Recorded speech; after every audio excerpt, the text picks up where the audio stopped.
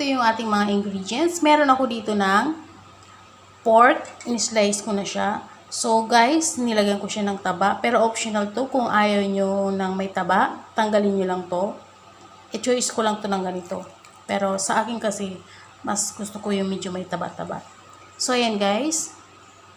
Yung ating pork, imamarinate natin sa ito, 1/2 cup of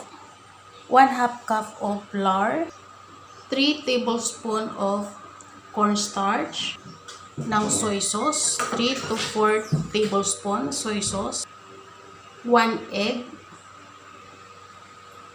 salt and pepper to taste. So yan guys, ito yung ating ingredients para sa ating marination para sa ating pork. So imamarinate muna natin yung ating pork. Pero ipapakita ko na rin sa inyo yung ingredients para sa ating sauce. Para sa ating sauce, isusutay ko siya sa onion. Ito onion, sa garlic, red bell pepper, and green bell pepper. Ayan. 4 tablespoon na sugar, 4 tablespoon na vinegar, sliced na carrots. So, kung gusto nyo lagyan ng style, pwede rin naman. Pero isang pirasong carrots to. Maglalagay din ako ng tomato ketchup. Ang brand, depende sa'yo. Hindi naman kailangan yung brand, basta tomato ketchup. At ng water, mga 1 and 1/4 cup of water. So, depende rin sa'yo kung gusto nyo medyo marami-rami, okay lang din. So, ayan guys, mag-start na tayo sa ating pag-. Una natin gawin yung ating pork ay lalagyan natin ng egg. Imamarinate natin siya.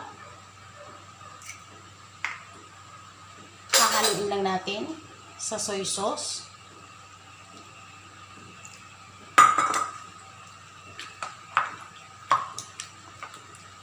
Sa ating flour. 1/2 cup ito, pero hindi ko muna siya ilalahat. Check muna natin mamaya kung okay na siya sa. Hindi na natin siya uubusin yung 1/2.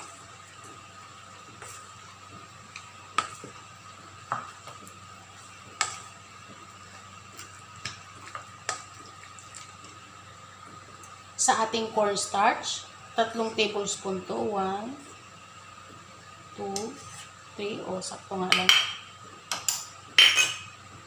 At maglalagay din ako ng black pepper. So, kung napapansin nyo, wala pa akong nilalagay na salt. Mamaya na tayo maglalagay ng salt kung kinakailangan pa. Imamarinate lang natin siya, hahaluin natin.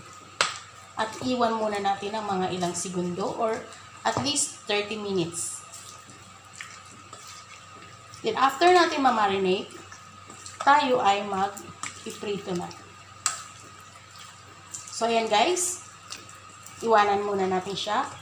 Mamarinate muna natin. Guys, nagpakulo na ako na. So, ayan guys, nagpainit na ako ng ating kawali. Magpiprito na tayo after 30 minutes. At maglalagay na tayo ng oil. So, yung gagamitin kong oil, guys, is used na to. Pinagprituhan ko ng ating liempo. So, okay pa naman siya. Hindi naman natin kailangan itapon kaagad. Ng isang gamit pa lang yung ating oil. Magagamit pa natin yun siya sa ika-next. So, ipainitin lang natin to at ipapry na natin yung ating minarinate na pork. So, ayan na guys. Mainit na yung ating apoy, ipipry na natin.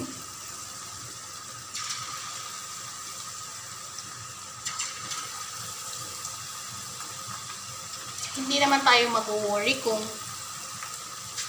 titilamsik to kasi may taba, kasi hindi to magtitilamsik dahil meron to siya na cornstarch and flour. So ayan guys, lulutuin lang natin siya.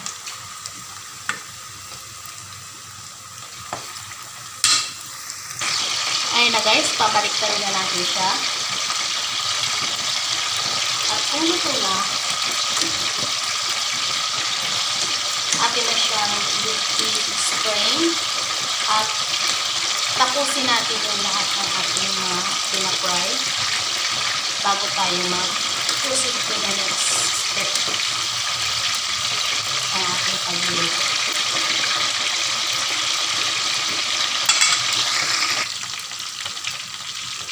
ayan guys, kung nakikita nyo, ito na siya.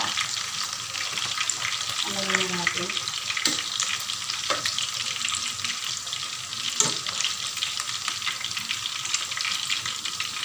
So ayan na guys, ito na yung ating pangalawang batch para sa ating pagpa-fry ng ating pork. So habang naghihintay tayo na maluto siya, gagawa na tayo ng ating sauce. I-combine na natin yung ating mga liquid na sangkap. So magtatakal ako ng 1.5 cup of water at i-dissolve na natin yung ating sugar. Ang sugar natin ay nakatakal na ito. 4 tablespoon at 4 tablespoon na venigar.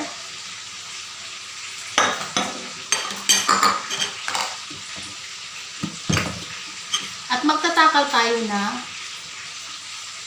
catsup 4 tablespoon. 1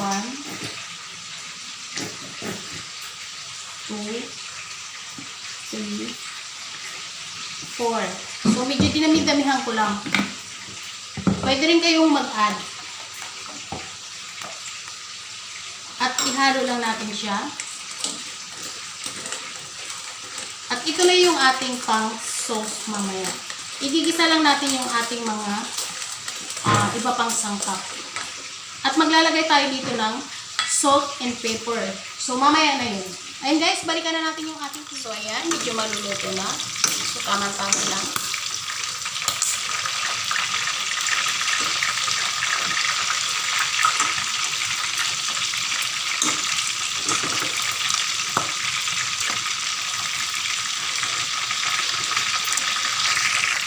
So ayan na guys, pwede na to. Hahanguin na natin. Isa-isa.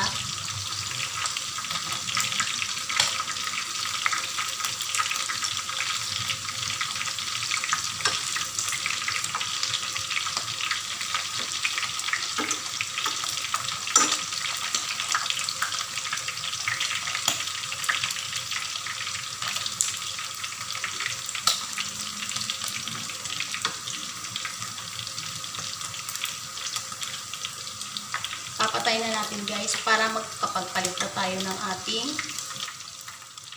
So yun na guys, nagpainit na ako ng apoy. Magigisa na tayo. Unahin natin yung ating onion. Medyo mainit-init na talaga siya.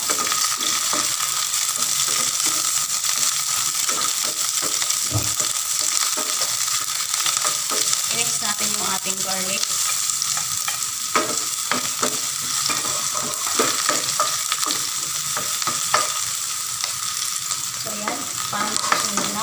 Ilalagay na natin yung ating red and green bell pepper.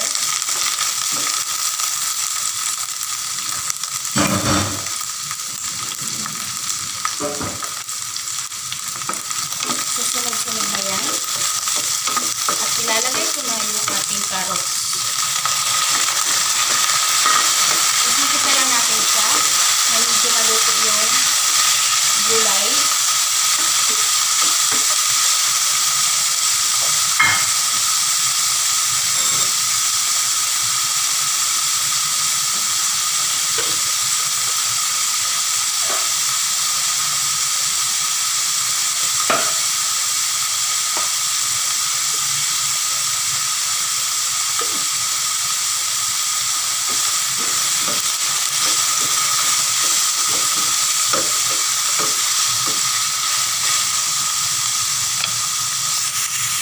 At ilalagay na natin yung ating sauce.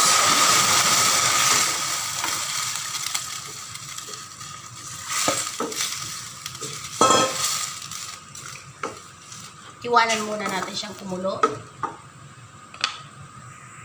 So guys, kanina hindi tayo naglagay ng salt. Kumulo na siya. Lalagyan na natin siya ng salt. 1/2 teaspoon lang. At titikman muna natin. Kung kulang, mag-a-add tayo. So ayun na guys, kumulo na. Maglalagay na tayo ng ating pork.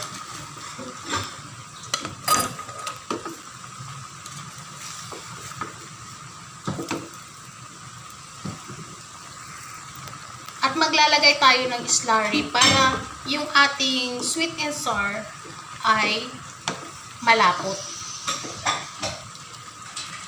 Yung ating slurry ay cornstarch to.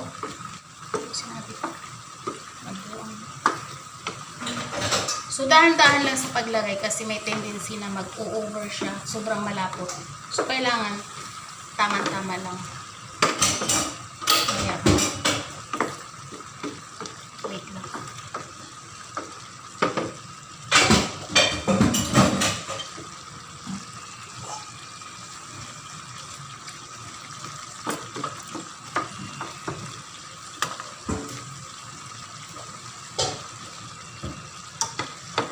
So, ayan guys. Okay na yung ating pork sweet and sour. Pwede nang i-serve. Tikman natin.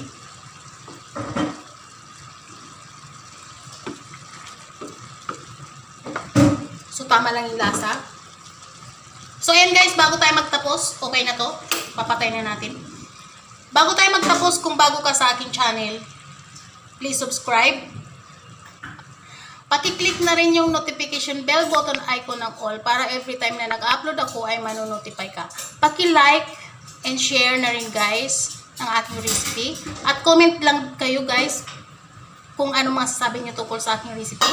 At maraming salamat sa panonood at paki-follow na rin ako sa aking Facebook page, Hilda Kitchen Vlog.